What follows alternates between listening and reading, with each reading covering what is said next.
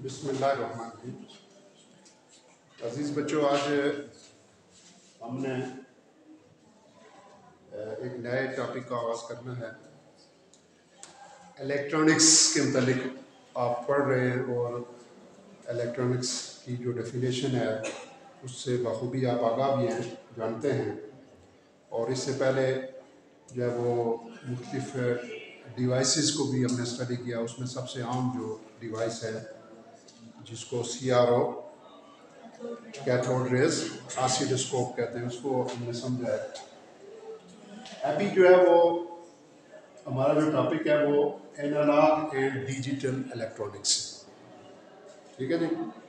अब इसको समझने से पहले हमें ये पता होना चाहिए कि ये जो क्वांटिटीज़ हैं, एनालॉग क्वांटिटीज़ और डिजिटल क्वांटिटीज़ कौन सी हैं, ठीक है जी। तो ऐसी क्वांटिटीज़ जो कंटिन्यूसली वेरी करती हैं, ठीक है जी। ऐसी मिकदारें, ऐसी क्वांटिटीज़ जो कंटिन्यूसली चेंज होती हैं, ठीक है, कंटिन्यूसली वेरी करती हैं, उन्हें क्या कहते हैं? एनालॉग क्वांटिटीज़, ठीक है जी। और जो ऐसा नहीं करती वो ज़ाहिर है डिजिटल क्वांटिटी। जो कंटिन्यूसली वेरी नहीं करती उन्हें डिजिटल क्वांटिटीज़ कहते हैं। अब मसलन टेम्परेचर है, ठीक है, तो ये एनालॉग क्वांटिटी है। क्यों? ये कंटिन्यूसली वेरी करेगा, यानी जो टेम्परेचर है वो 10, ठीक है, 20, 30 या 10.5 भी हो सकता है, 10.3 भी हो सकता है, यानी इशारिये की शक्ल में भी ये आ सकता है, कंटिन्यूसली चेंज होता है। इसी तरह डिस्टेंस है, डिस्टेंस भी 2 किलोमीटर, ठीक है, 2.3 किलोमीटर भी हो सकता है, 2.1 किलोमीटर भी हो सकता है, 2.5 भी हो सकता है, 2.8 भी हो सकता है। तो ये भी कंटिन्यूसली वेरी करता है, तो इसलिए हम डिस्टेंस को क्या कहेंगे? ये एनालॉग क्वांटिटी है, ठीक है जी। और कुछ क्वांटिटीज ऐसी हैं कि जो कंटिन्यूसली चेंज नहीं होती, तो उन क्वांटिटीज को हम क्या कहेंगे? डिजिटल क्वांटिटीज, ठीक है। मसलन अगर हम किसी क्लास में तलबा की तादाद हम बयान करना चाहें तो क्या होगा?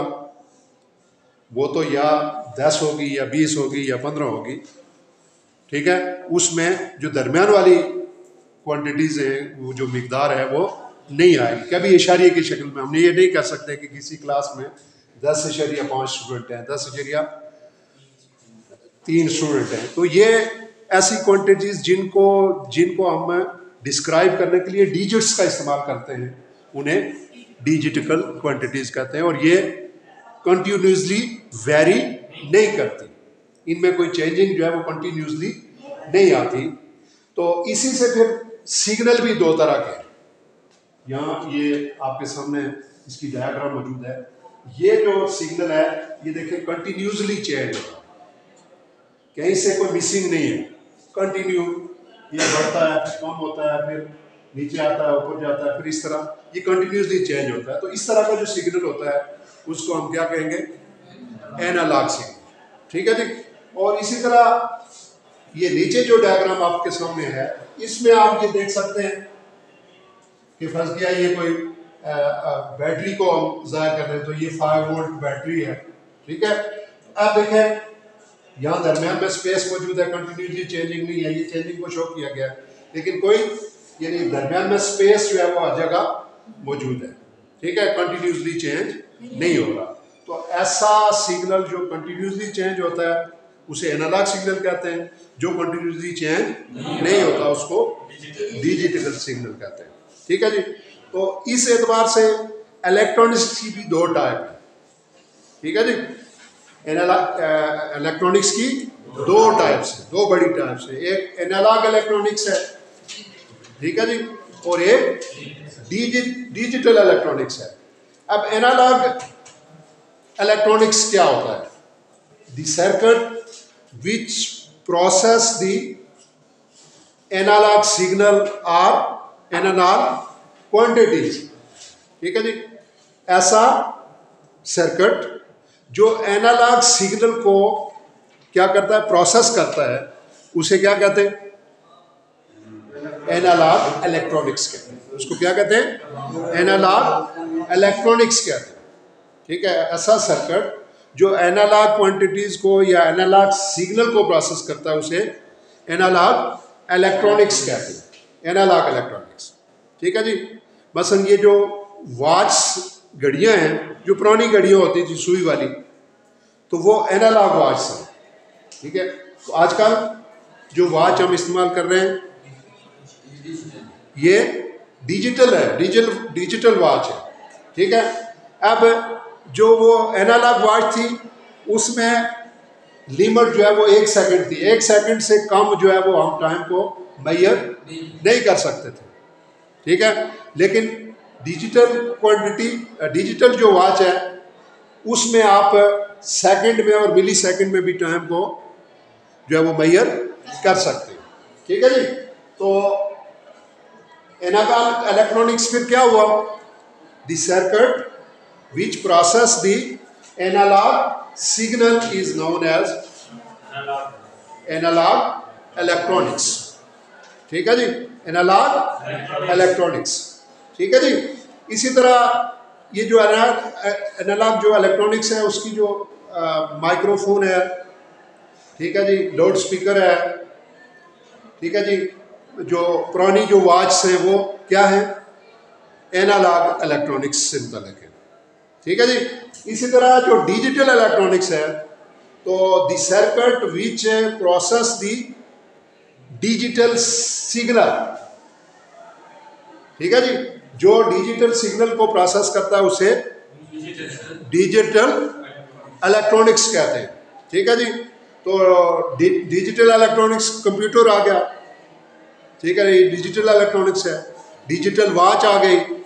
इसी तरह ये जो कैलकुलेटर है आपका, ये आ गया। ठीक है। तो ये जो डिजिटल इलेक्ट्रॉनिक्स है उसमें 2 वेरिएबल इस्तेमाल होते हैं। क्या? 2 वेरिएबल इस्तेमाल होते हैं, एक 1 और दूसरा 0। तो इनको हम बाइनरी वेरिएबल कहते हैं। क्या कहते हैं इनको? Binary variable. तो ये 2 बाइनरी वेरिएबल है। ठीक है जी, 1 और 0। तो ये डिजिटल इलेक्ट्रॉनिक्स जो है वो ये बाइनरी वेरिएबल्स को डील करता है।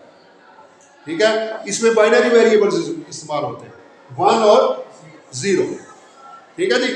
अब ये बाइनरी वेरिएबल्स कब इस्तेमाल होते हैं? जब किसी चीज़ के मुतालिक ओनली 2 पॉसिबल स्टेट्स हो। वैसे हम कहते हैं डोर के मुतालिक हमारी 2 ही पॉसिबल स्टेट्स हो सकती है, या तो वो ओपन है या क्लोज है, यानी दरवाज़ा या तो खुला होगा या बंद होगा।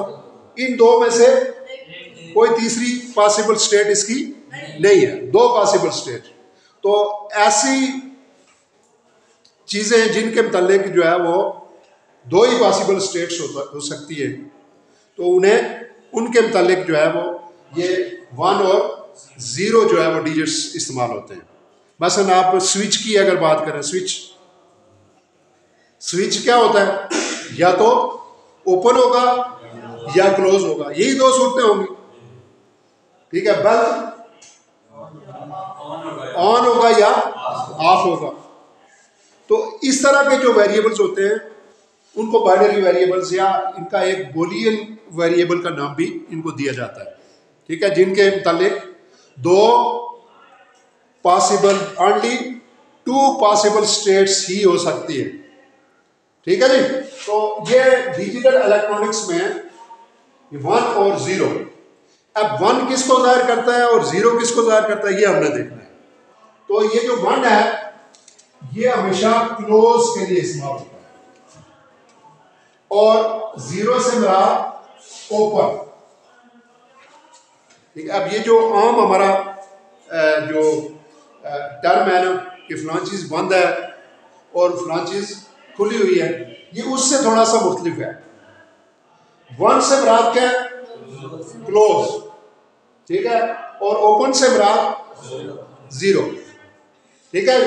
तो मसलन फर्ज किया एक जो स्विच है, बल्कि ये उसके स्विच के दो टर्मिनल हैं, ठीक है। तो ये अगर इस तरह हो, अब ये इसके दोनों टर्मिनल आपस में मिले हुए नहीं, ठीक है। तो ये जो स्टेट होगी इसको हम जीरो कहेंगे। जरा स्विच अगर इस कंडीशन में होगा, दोनों टर्मिनल्स आपस में जुड़ेंगे तो करंट फ्लो होगा, वरना करंट फ्लो नहीं होगा।